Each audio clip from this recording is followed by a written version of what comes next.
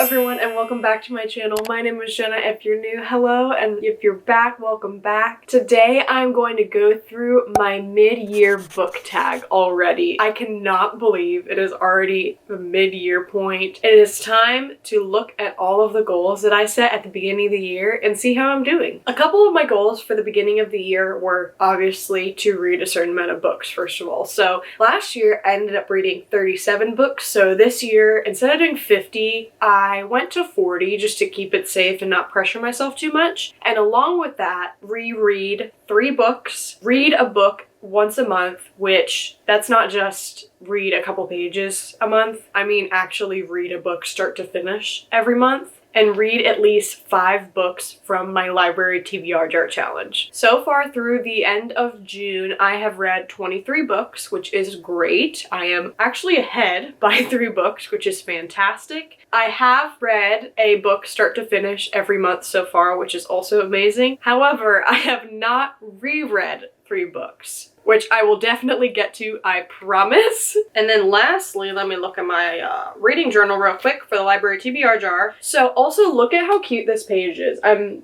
a beginner at the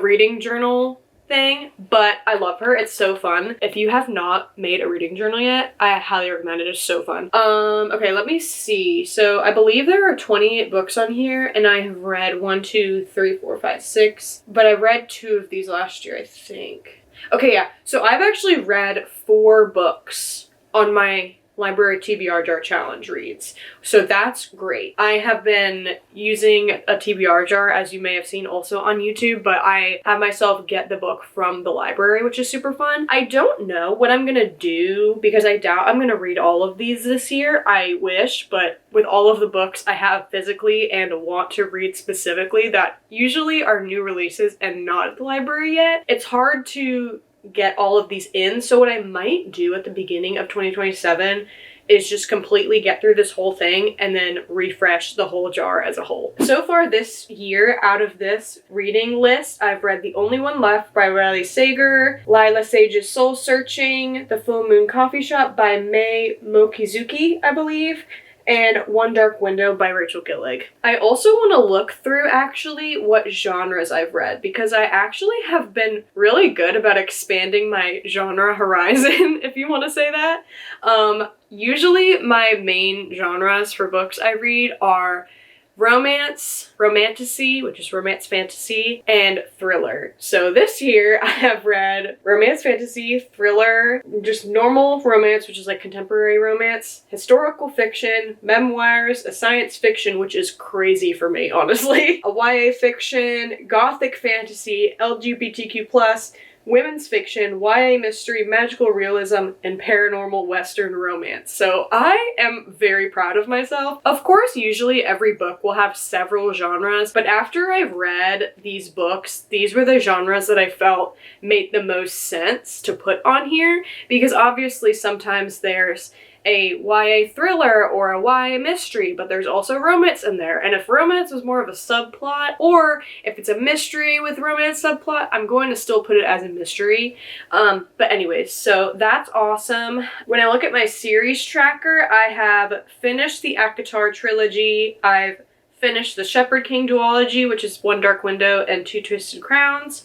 The Inheritance Games original trilogy, I have read all 3 of those. Also getting back to how I've been trying to read a book every month, start to finish. I made it so I color in the plant after I read a book that month, which has been so rewarding. Honestly, a reading journal is just so rewarding in general for so many different reasons. After looking at all 23 books that I've read so far this year, it looks like 7 of those have been 5 stars and 3 of those have been DNFs.